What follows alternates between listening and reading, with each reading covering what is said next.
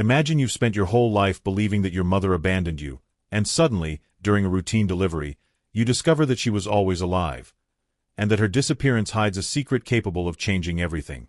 Stay with me until the end, because what you're about to hear will not only move you but also make you rethink what forgiveness and family really mean. And before we begin, I invite you to subscribe to this channel and turn on the notification bell, because here every story carries real weight in the heart, and this one, you won't want to miss it.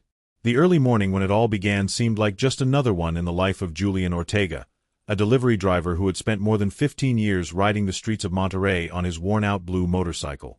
The sound of the engine, the smell of gasoline, the weight of the boxes on his back, and the constant pressure to meet delivery deadlines had become his routine. But that day, without knowing it, was pushing him straight toward the most painful and miraculous encounter of his existence. Julian was 38 years old, his face weathered by the sun and his eyes marked by lack of sleep. He was never one to talk much. He preferred listening, though inside he carried storms he had never been able to quiet. Since he was 18, he had worked as a delivery driver. First at a pizzeria, then at a pharmacy, later at an express courier service, until he finally settled in a logistics company that kept him busy from sunrise to sunset. His entire life revolved around the streets, the customers who barely looked at him when receiving their packages, and the improvised stops to grab tacos from the corner when hunger struck. But behind that seemingly simple routine, there was a deep pain that had never let him live in peace: the disappearance of his mother, Clara, when he was only 10 years old. He never really knew what happened. One morning, she simply didn't come back home. No one in the neighborhood could explain her absence. His father, an alcoholic laborer, sank even deeper into drinking and died a few years later. Julian grew up believing that his mother had abandoned him, that she had grown tired of poverty and the burden of having a child. That wound turned into armor, into silent anger, into a distrust of love and family. For years, his only refuge was the constant movement of the motorcycle, the speed that made him feel free, even if just for moments. But that Thursday morning, as the city was just waking up and the air was filled with smoke and freshly baked bread, destiny had something prepared for him that was impossible to understand. The first delivery of the day took him to a distant neighborhood, almost on the outskirts of the city. Narrow streets, half-collapsed houses, and barking dogs at every corner. It wasn't the first time he had delivered there, but something about that route felt strange, as if he had never truly looked at it before. While he waited for someone to open the door of an old house with a rusty gate, he noticed a woman sitting on the curb in the distance. She wore a tattered beige dress, bare feet, tangled hair, and sun-stained skin. She held a rosary in her hands and murmured words Julian couldn't understand. His first reaction was the same as always: look the other way, don't get involved, because the streets were full of stories he couldn't carry on his shoulders. But then he heard the woman say a name that felt like a punch to the stomach: Julian. He froze. He thought he had misheard, that it was just a coincidence. He decided not to give it importance and delivered the package. However, as he got back on the motorcycle, the woman lifted her gaze, looked at him fixedly with eyes that seemed to have known him forever, and spoke another phrase that froze his blood. "Julian, my son." The motorcycle's engine roared, but Julian couldn't move. He felt the air grow heavy, the world around him fading away. He slowly got off and walked toward her, his heart pounding against his ribs as if trying to escape his chest. What did you say?" he asked, his voice breaking. The woman looked at him, tears gathering at the edges of her tired eyes. "I searched for you all these years. You don't know how much I prayed to see you again." Julian stepped back. The woman's face was marked by time, full of wrinkles, but there was something unmistakable in her expression, in the way she arched her eyebrows, in that trembling voice. It was impossible, and yet his heart knew. It was his mother. "No, it can't be. You're dead. You abandoned me," he said, almost spitting out the words, trying to convince himself that he was facing an impostor, a mad woman. But the woman slowly shook her head. "I never abandoned you, Julian. I was taken from your side." That's where the real story began. Julian took a step back as if he had just seen a ghost. The distant sound of cars, the barking dogs, even the buzzing of the electric wires seemed to fade away. All that existed was this woman before him, trembling, in a dusty dress with tearful eyes. What's your name?" he asked, desperately searching for a crack in the illusion, a sign that this was all a misunderstanding. The woman clutched the rosary tightly. Clara Avila. That name was like a punch to the chest. His mother. The same woman he had cried for as a child, the one he had cursed in his nights of rage, the one he thought was dead, the one he swore had abandoned him without explanation. "No!" Julian shook his head, his throat tight. "That can't be. You can't be her." The woman extended her hands toward him, as if wanting to touch him, but stopped herself. "I know you won't believe me. I know I hurt you by disappearing. But promise me something, Julian. Don't leave yet. Let me talk to you. Let me explain why I was gone all these years." Julian's legs were trembling. His instinct told him to get on the motorcycle, to run, to not open the door to a past he had been forced to bury. But another part of him, the most vulnerable one, the child who cried every night wondering where his mother was, forced him to stay. He took a deep breath and crossed his arms. "You have 5 minutes." The woman gave a faint smile, like someone receiving charity. She settled on the curb and began to speak in a voice loaded with pain but also firmness. "That night, when I disappeared, it wasn't because I wanted to abandon you. They came for me, Julian. Men who said they were police, but they weren't. They accused me of things I never did. They took me far away, very far, and they kept me detained all this time." Julian frowned. It sounded absurd, like a bad soap opera script. But there was something in the woman's gaze, a tremor of truth impossible to fake. "And you expect me to just believe you like that?" He shot back harshly. "For 20 years I thought you left me. And now it turns out it was all a kidnapping." "I'm not asking you to believe me," she replied, tears welling in her eyes. "I'm only asking you to listen to me." There was a long silence. Julian didn't know what to do. He felt like he was standing at the edge of an emotional precipice. On one hand, his heart screamed that this woman was his mother. On the other, his mind refused to accept a story that sounded like something out of a movie. Finally, he spoke softly. "Get on. I'll take you somewhere we can talk properly." She nodded and, with difficulty, stood up. Her bare feet were full of wounds, but she didn't complain. Julian helped her onto the back of the motorcycle, and together they disappeared into the dusty streets. As he rode, Julian couldn't stop thinking about how absurd the situation was. What was he doing, carrying a stranger who claimed to be his mother, right in the middle of his workday? He could lose his job, but at that moment nothing mattered more than finding out the truth. He took her to a small apartment he rented in the city center, a modest place with damp walls and old furniture.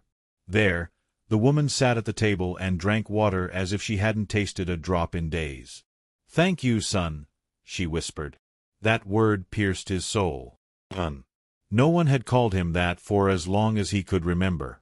"Don't call me son yet," he replied, lighting a cigarette to hide the tremor in his hands. "Explain everything to me, from the beginning." She took a deep breath and began to tell a story Julian could never have imagined. Julian stubbed out the cigarette in an empty glass that had once been used for coffee and kept his gaze fixed on the smoke as it faded away. His hands were shaking, but he didn't want her to notice. The woman, Clara, adjusted her beige dress, covered her shoulders with a clean towel he handed her, and closed her eyes for a few seconds, like someone gathering the courage to cross a crumbling bridge. "They took me from home one night in June," she said, her voice low. 2 unmarked vans came. They knocked on the door as if they were the police. "I had just put you to bed." "Well, my son," she corrected herself. "They told me they needed to ask me some questions, that it was routine. I didn't want to leave you. I begged them to wait until your father got home, but they didn't even let me grab a sweater. They forced me into the van. When I tried to scream, the one in the back put a rag over my mouth. It smelled like gasoline and bleach. From that moment on, everything was darkness." Julian noticed the involuntary shiver in Clara's arms. There were small scars, both new and old, like maps leading nowhere. "Why you?" he asked, almost angrily. It felt easier to be mad than to accept that his heart was starting to recognize her. What did they want? Clara squeezed the rosary so tightly her knuckles turned white.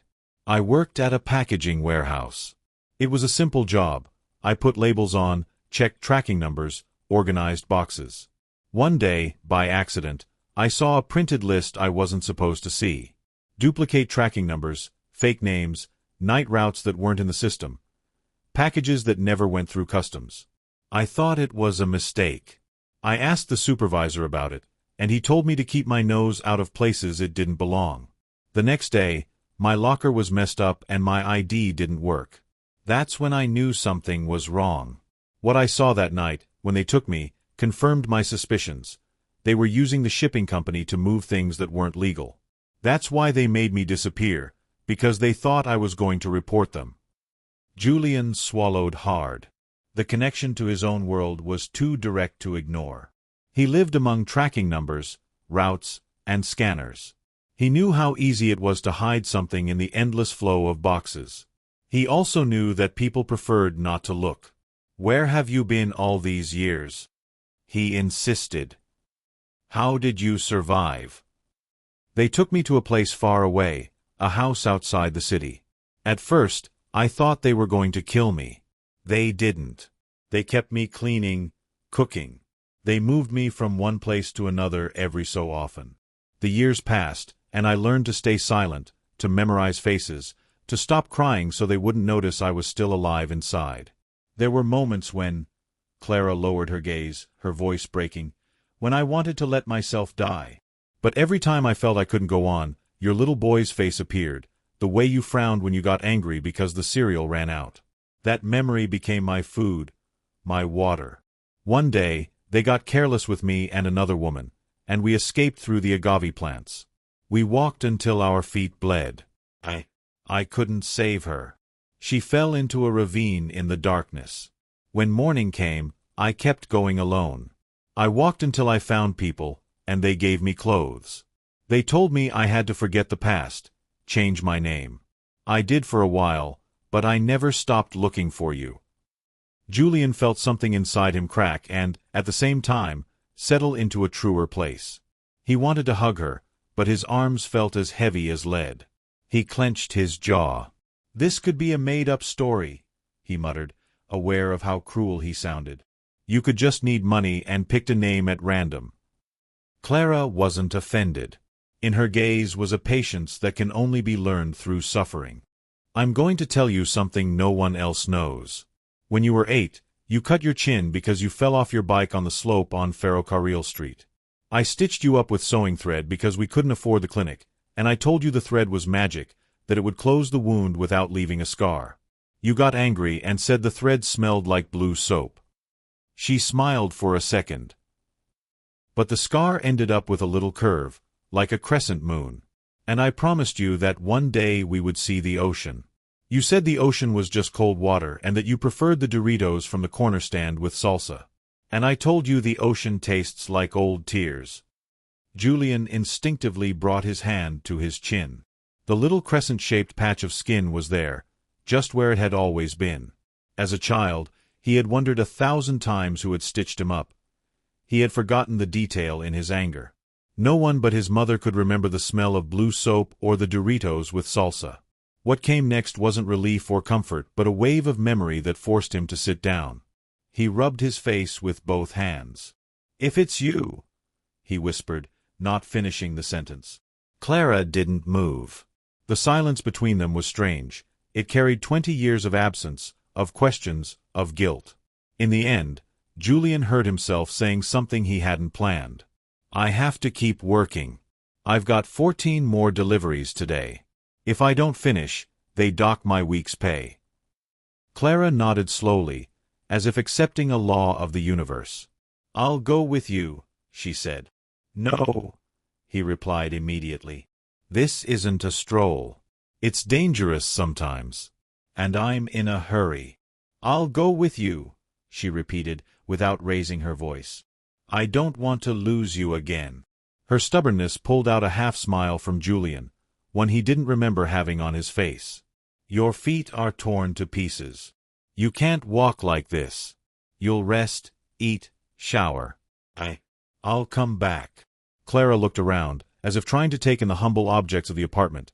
A chipped mug, a microwave buzzing like a sick bee, a multicolored towel hanging from a chair. She nodded. And then, after hesitating for a few seconds, she pulled a folded piece of paper from her worn-out bag. "There's another reason I came looking for you today," she said in a fragile voice. "Not just to explain myself. I came across something. I've kept it all this time. It's from those people, the ones who took me. I hid it when I could. I didn't know who to turn to, but when I saw you, I knew it had to be you." She unfolded the paper and pushed it across the table. It was an old shipping label, yellowed at the edges, with a worn-out barcode. It had a generic logo, numbers, and letters printed by a thermal printer. Something, however, made Julian's skin crawl. At the bottom, in tiny letters, there was a field labeled Observations.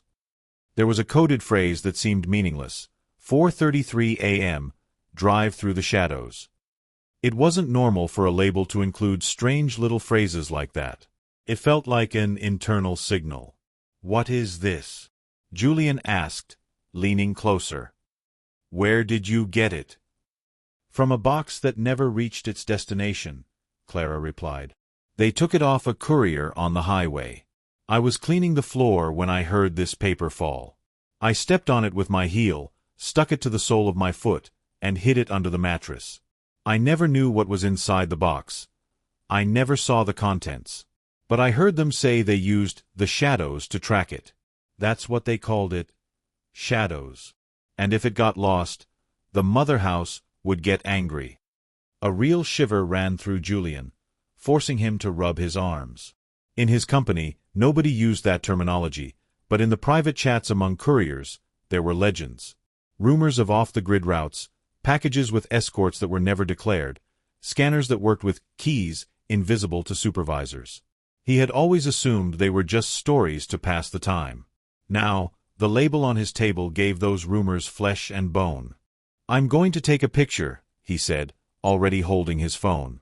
"No," Clara stopped him, placing her hand over his. It was a warm, trembling, living hand. "Those people have eyes on the phones. You don't understand. They track everything. If you're going to do something with that paper, do it in person. Face to face. With someone you trust. Someone you trust."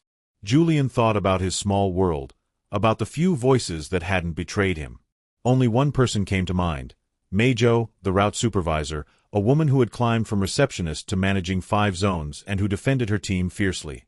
She was the only one who had given him permission to take time off when his father died. The only one who called him by his name with respect. "I'm going to see Majo," he decided. "You'll eat and sleep. I'll be back at noon and take you with me. But don't go out, okay? Don't open the door to anyone. Don't answer if they ask for me."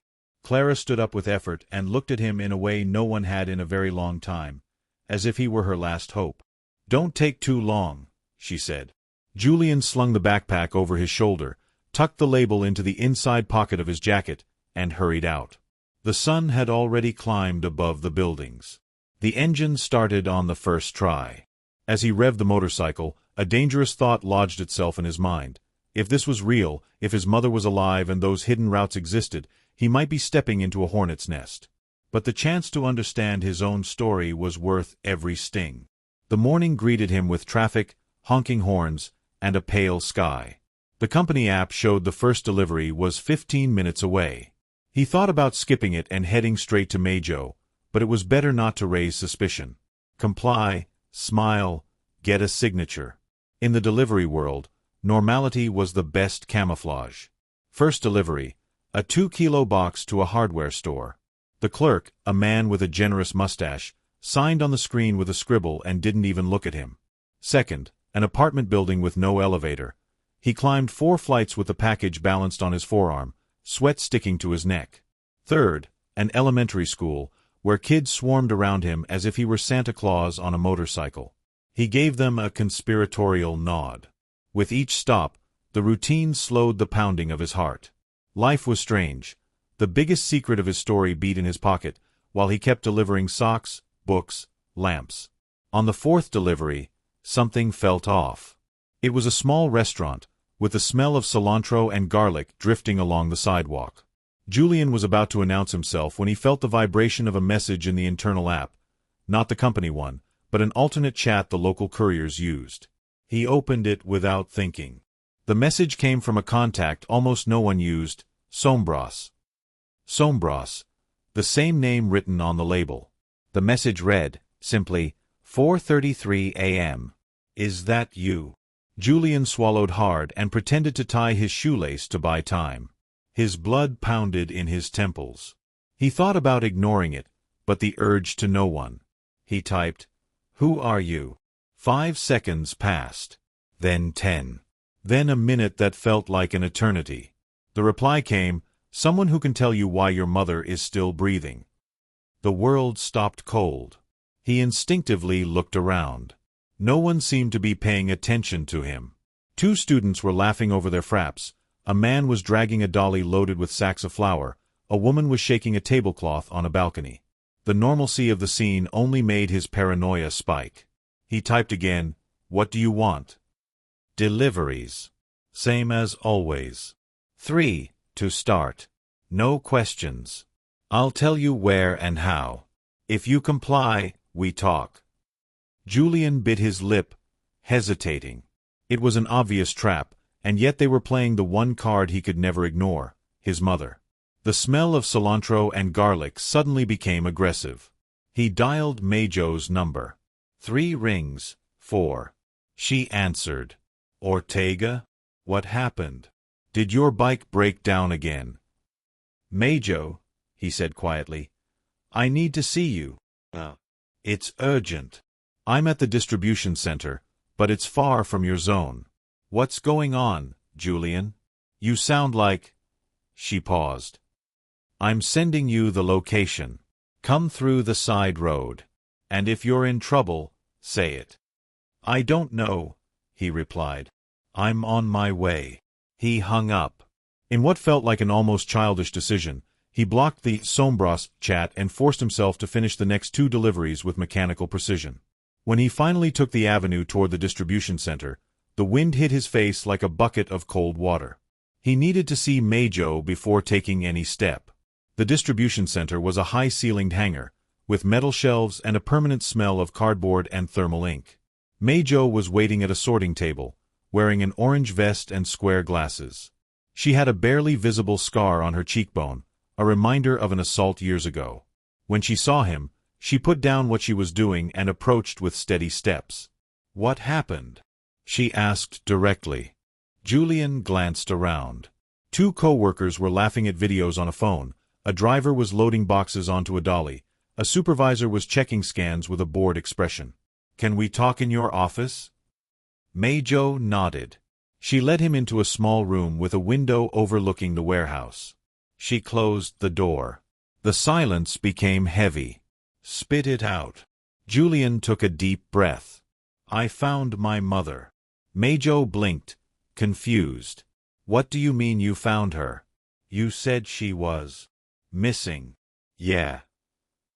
His voice cracked, and for the first time, he realized how absurd his own words sounded. "She's alive, Majo. And there's more. I think her disappearance is connected to clandestine shipping routes. She told me about Suspense.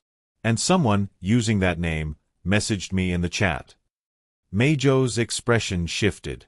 What would have been disbelief in anyone else became calculation in her. She glanced at the door, as if confirming it was closed, then looked back at him. "Suspense messaged you?" she repeated, lowering her voice. "Yeah. They asked me to make 3 deliveries, no questions asked. Said that if I did, we'd talk. They claim they know why my mother is still alive." Majo rested her hands on the table, inhaled through her nose, and exhaled slowly. "Julian, from this second on, you're going to do exactly what I tell you. If these people are who I think they are, one wrong move and you disappear with them. Or worse, they leave you alive just so you live in fear. Do you have anything else?" Julian pulled the old label from his pocket and handed it to her. Majo examined it, holding the paper up to the light. The thermal printer's faded, but the substrate looks like it's from... She frowned. And this code? She opened a drawer, pulled out a small UV flashlight, and shined it over the paper. In the lower corner, a faint triangle appeared, marked with the letter M and the number 7. This is an invisible mark. We don't use these. She looked up. Who gave you this? Julian hesitated. He trusted Majo, but the story wasn't his alone to tell. I can't say. Not yet. But it's real. She held his gaze for a second longer, measuring his silence. Fine. She slipped the label into a transparent sleeve. I'm going to cross-check this with someone who knows about these things. Someone outside. The police. Higher up. And lower at the same time, she replied with bitter irony. People who don't show up in directories but can read a paper with ghost ink and tell you who printed it and on what table. As for what's worrying you so much, she paused, you need to decide whether you're going to bite the hook from Sombras or not. In the glass window, Julian's reflection was that of a man torn between running and staying. His heart was full, but his feet were glued to the floor. He decided to speak the truth. I'm going to bite. Majo didn't flinch. She pressed her lips together and gave a single, firm nod. Then you're not going alone. She opened another drawer, pulled out a small black box, and placed it on the table. Recorder. No connection. No signal. You turn it on when the delivery starts and off when it ends. No audios on WhatsApp. No photos. She leaned closer to him. And if at any point you feel like you're not getting out, you say the phrase, the curtain fell. You send me that, and I press this button. What does that button do? Julian asked, eyeing the small device with a red light. It makes noise. A lot of it. Bureaucratic, media, and the kind I can't even tell you about. She grimaced. We don't want to get there. But if we do, it'll be because you asked for it. Julian swallowed and nodded. Majo gripped his shoulders for a second, something she rarely did. And one more thing, she added. Whatever it is you find, don't break. If you break, they've already won. He left the office with the recorder tucked under his shirt, close to his chest. Out in the hangar, everything was the same. The conveyor belt dragging boxes, the supervisor yawning, the scanner beeping every second. He got on the motorcycle and, in the parking lot, unlocked the Sombras chat. I'm ready, he typed. The reply was immediate, as if they'd been waiting for his breath. Delivery 1. Parque Los Naranjos. North Stone Bench. Confirm. Julian started the bike and headed west. Parque Los Naranjos was 15 minutes away. As he rode, he mentally reviewed all of Majo's advice. Don't talk too much, don't improvise, don't use your name, don't let anyone follow you home. The motorcycle's license plate was dirty. With luck, no camera would catch it clearly. The park, a rectangle of shade and glimmering leaves, had stone benches beneath the orange trees. The air smelled of ripe fruit. Kids on swings. Couples in the far corners. Joggers with headphones, eyes fixed straight ahead. He stopped at the edge, pretending to check the map on his phone. He walked toward the north bench, hands in his jacket pockets. Nobody seemed to pay attention, except a woman with her dog, too busy stopping it from eating a napkin. On the bench, he found a small box wrapped in brown paper, no labels, only a phrase scrawled in marker, for the train station. The urge to grab it was frantic, but he forced himself to scan the surroundings first. Nothing. He picked it up and slipped it into his backpack. The chat buzzed. Confirm. Delivery 2. Abandoned warehouse, corner of Nogle and 7th. Enter through the broken gate. His conscience screamed that this was ridiculous, running errands for an anonymous enemy. And yet, a stubborn conviction kept him in line. If he wanted to pull his mother out of the long shadow hanging over her, he had to dive headfirst into the dark ink. The warehouse smelled of dampness. Like any abandoned warehouse, there were graffiti on the walls, broken bottles, a filthy mattress in a corner, light streaming through loose metal sheets. He entered through the rusty gate, sliding through carefully so he wouldn't tear his jacket. On the ground, marked in chalk, a rectangle read, "Leave the box here." He placed it in the center. A sudden door slam echoed somewhere. The sound made him flinch. He started to move toward the exit, but the chat buzzed again. Confirm. Delivery 3. Light totem. Duck roundabout. Blue case in the slot. The duck roundabout was a small haven with green water and little birds begging for tortillas. In the center, a totem with dead neon lights had a slot for advertisements. When Julian arrived, he saw a blue envelope, like a cigarette pack, halfway out of the slot. He took it. It weighed nothing.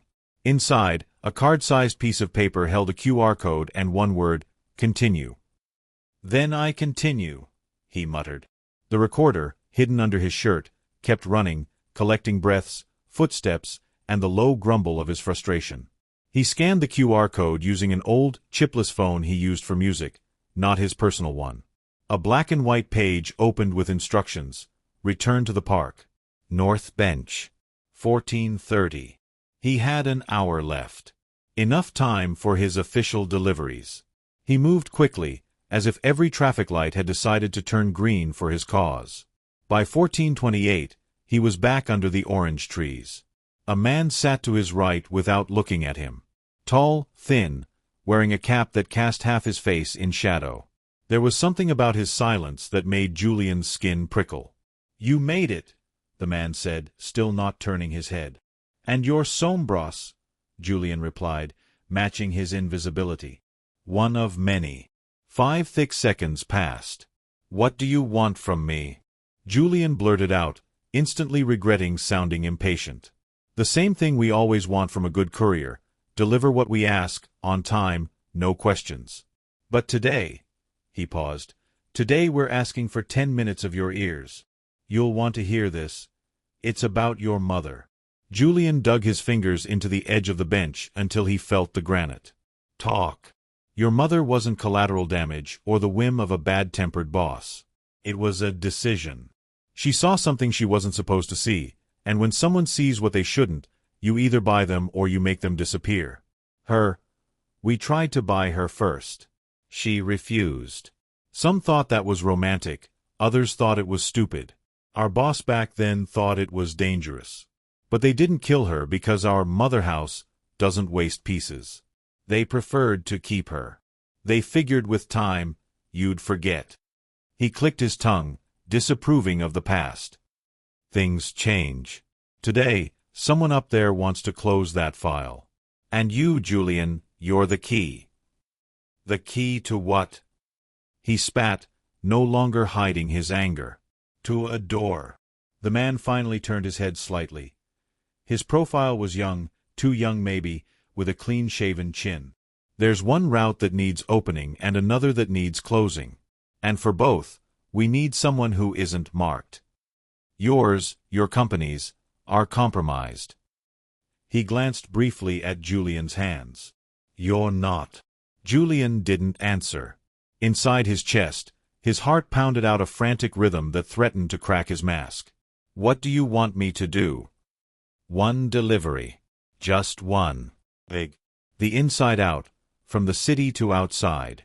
If you do it, your mother walks free. Clean papers, new name, never happened.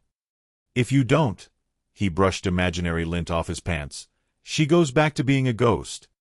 Julian's body tensed with rage. He wanted to stand up and grab him by the neck. But Majo's voice, like a dam, held back the impulse. "Don't improvise." He tried to smile but failed. "What's in the package?" "Not your concern. Your job is to move it. If you knew, you'd become something else, and then you'd be useless to us." "And why me?" he murmured, stalling for time. "Why now?" "Because we saw you. Because you spoke where you shouldn't have. Because someone told us you've got enough pain to take the risk and enough intelligence not to play the hero," the man replied casually. "And because we want to close a cycle. Sometimes, even in our line of work, you have to close cycles." "Give me proof you can get her out," Julian demanded. Give me something. The man snapped his fingers. Suddenly, a boy chasing a ball stopped in front of them. He reached into his backpack and pulled out a still-wet Polaroid photo, as if freshly developed. He handed it to Julian and ran off after the ball without looking back. Julian lifted the photo. It took him a moment to understand what he was seeing. It was the facade of his building. In the window of his apartment, a female silhouette was peeking out. The shot had been taken minutes ago. A cold sweat ran down his back, which meant they were watching her, watching him, watching his home. "We have eyes," the man said, as if responding to the thought, not a question. "Eyes and arms. And, if you do what we ask, hands to let go. At 1800 hours, we'll send you the pickup point. At 2100 hours, the drop-off. Don't be late. Good things go cold if you don't serve them fast." The man stood up, adjusted his cap, walked casually down a random path and vanished into the crowd. Julian remained there, holding the photo, his saliva thick, his fingers tingling. The immediate impulse was to call Majo, say, "The curtain fell," and unleash hell. But no, not yet. If he acted too soon, the eyes watching his window might decide to close forever on her. He returned to the apartment with the sensation that the road back was a tunnel with no visible exit. He unlocked the door silently, scanning every corner as if expecting to find someone who shouldn't be there. No one. The smell of instant soup filled the air. Clara, her damp hair combed back, was preparing 2 cups. "You took your time," she said, with surprising calm. Julian couldn't answer at first. He showed her the photo. She took it gently, stared at it for a long moment, and then did something he didn't expect. She set the photo on the table, placed a cup over it, as if it were just a napkin you could keep in place with a spoon. "I thought you'd ask me who took this photo of you," she said, without drama. "I don't need to know," Julian replied, feeling the sting of fear turning into a constant, burning signal. "I need to decide. They want me to make a delivery. A big one. In exchange," his voice cracked, "they'll let you go." Clara closed her eyes for a second. When she opened them, there was an old, tempered resolve in them. "Don't do anything that puts you in danger, son." "I'm already in danger," he replied with a sad smile. "The moment I agreed to listen to them. The moment I brought you here. Then," she said after a pause that could have been a sigh, "choose me. Don't let me go." Silence stretched between them like a sheet. Inside it lived 1,000 words, none easy to say. Julian lowered his head, breathed, switched the same thought off and on 20 times. Then, with a clarity he didn't know he had, he took 2 steps, picked up the cup holding the photo, lifted the Polaroid, and tore it into 4 pieces. "If they're going to tell me what to do, they'll say it to my face. If they're going to follow me, let them know I know how to walk, too." At 17:59, the chat buzzed, "Pickup point, old bus station. Platform 3. Ask for the box of lights." Majo had told him, "Don't improvise." And yet, nothing in his life had ever been as improvised as being a delivery driver, adjusting routes, dodging potholes, reading faces. He strapped on the recorder and turned it on. He tucked spare keys into his sock, in case he had to run without the backpack. At the door, Clara stopped him with a hand on his forearm. "If something goes wrong, don't come back for me. Run. Run without looking back." "Don't say that," he said almost angrily. "I'm asking you," she insisted, without raising her voice. "Don't let the shadow catch you." The old bus station was a cemetery of murmurs. Broken planks, shuttered ticket booths, posters for events from a decade ago. At platform 3, a man in a checkered shirt with thick hands fiddled with a lighter. "You here for the box of lights?" he asked, without theatrics. "That's what they say," Julian replied. The man clicked his tongue, bent down beneath a bench, and dragged out a dark wooden box with reinforced metal corners. It was about the size of a microwave. It weighed less than it looked. "Take care of it," he said bluntly. "Don't drop it. Don't open it. Don't get it wet." "Where to?" "They'll tell you on the way." "Who?" "Does it matter?" Julian held his gaze. The man didn't look away. He smirked sideways, the weary grin of someone who'd long forgotten how to be scared. The chat buzzed. Picked up. Next coordinates in 15 minutes. Keep moving. He got on the motorcycle, securing the box tightly with elastic straps. The feeling was strange, like carrying someone else's heart tied to his back. 5 minutes later, the chat sent instructions. Take the expressway. Exit 22. Don't stop if they honk at you. He complied. The traffic became a docile current, almost obedient to his paranoia. At exit 22, 2 black motorcycles flanked him, keeping their distance. They didn't overtake him, nor did they lag behind. They simply accompanied him. Julian clenched his teeth. The recorder did its silent work. Next point, Steel Bridge. Leave the box at the base, south side. The sun was already leaning westward, turning the windows bronze. The steel bridge was an old structure, with large rivets and peeling paint. He parked the bike as close as he could without obstructing traffic, got off with the box, and walked to the base on the south side. There was a gap between 2 plates, a perfect cavity. He left it there. As he pulled his hands away, he noticed one corner of the wood was branded with 3 letters, M/7. A shiver ran through him again, the same invisible mark from his mother's label, but now burned into the wood. The chat. Confirmed. Final leg. Pick up the box on the north side. Take it to the linear park, Long Shadow Bench. Julian crossed under the bridge to the north side. There, as if teleported, was another box, identical. He grabbed it, secured it, and took off.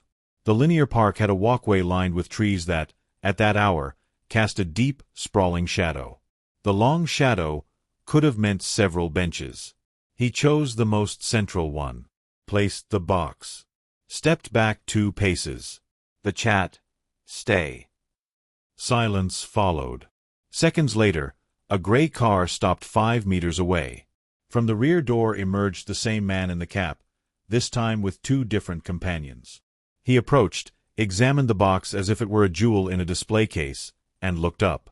"Well done," he said. "Your mother walks freer than she did 2 hours ago." "I want to see her," Julian demanded. "I want proof she's safe." Proof, the man in the cap sighed. "Don't you get tired of living your life begging for proof? No wonder things go the way they do." A brief silence. "Fine. You'll earn it. Tomorrow, 9 a.m., same bench, same park. But no box. No bikes. Just you. If by then you decide you'd rather back out, we'll take the hint. And if I don't come, that would be a shame. For you, for her, and for these cities that so enjoy their ignorance." He looked at him with a lazy glint in his eye. "You'd better show up." They took the box. The car drove away as if it carried no weight, as if the world inside it weighed nothing at all. Julian sat there for a couple of minutes, staring at his own reflection on the black phone screen. He texted Majo, "Not yet. Tomorrow. Same park." The reply took a while, and when it came, it read as if written through clenched teeth, "Don't go alone." Julian returned home with his gas tank nearly empty and his head tangled in knots. He climbed the stairs 2 at a time. When he opened the door, he found Clara sitting by the window, watching a strip of light on the floor. "I didn't want to turn on the TV," she said. "I wanted to hear the world." "Tomorrow," he replied. "Tomorrow I'll see you free." Clara smiled, and in her smile was a country he had wanted to visit all his life. "Will you tell me about today?" He did, leaving out only the parts where fear had buckled his knees. Clara listened in silence, the kind you use to listen to the ocean, swaying ever so slightly.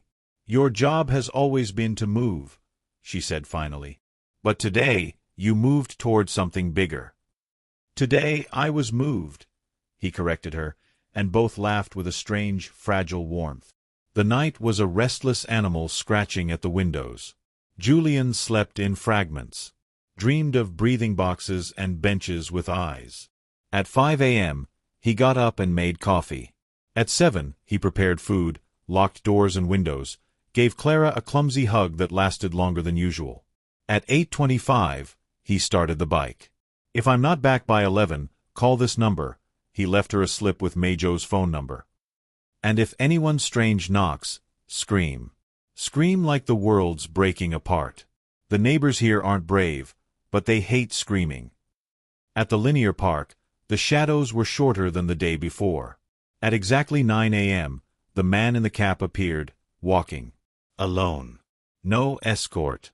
He sat down, removed his cap for the first time. His hair was cropped short, a scar on his temple shaped like a crooked smile. "I see you're punctual," he said. "I like punctual people. I'm not here to please you." "Don't worry," he said casually. "That's not my plan either." He leaned back. "Your mother will be moved today. At noon. Safe place. We need you to open a gate on the highway. Just one. After that, you'll be able to hold her where no one can see." "No more boxes," Julian cut in quickly. "No more shadows. Tell me which gate." "A toll booth," he replied, as if talking about the weather. "The old one at kilometer 52. The service booth. We know you deliver maintenance parts there on Wednesdays. Today's Wednesday. They'll ask you to ride through on the bike. You're carrying nothing. You just say you've got spare parts. Seeing your vest and a signature will be enough. Once you pass, you drop a chain. That's all we need. The car will cross in 5 seconds. After that, you close it. No one will have seen a thing." He glanced at him, almost amused. "See? No boxes. Just a chain." Julian felt as if the ground beneath his boots had opened up, a crack inviting him to fall. It was so simple that it smelled like a trap. "And if I refuse?" he asked. "What happens when noon comes?" The man in the cap held his gaze with transparent coldness. "Let's not talk about refusal. Not today. Today, I want to believe you're choosing for your mother to breathe clean air." He stood. "Oh, and by the way, if you've got people following you, don't worry. We'll know who's yours and who's mine." Julian pressed his helmet against his thigh and swallowed his fear like swallowing a nail. At noon sharp, he'd have to drop a chain to save his mother, or leave it locked and face the mother house. The phone buzzed. "Don't go alone," Majo wrote. He looked up, feeling invisible eyes on the back of his neck, and started the bike. Whatever he chose in the next few minutes would change everything. To be continued.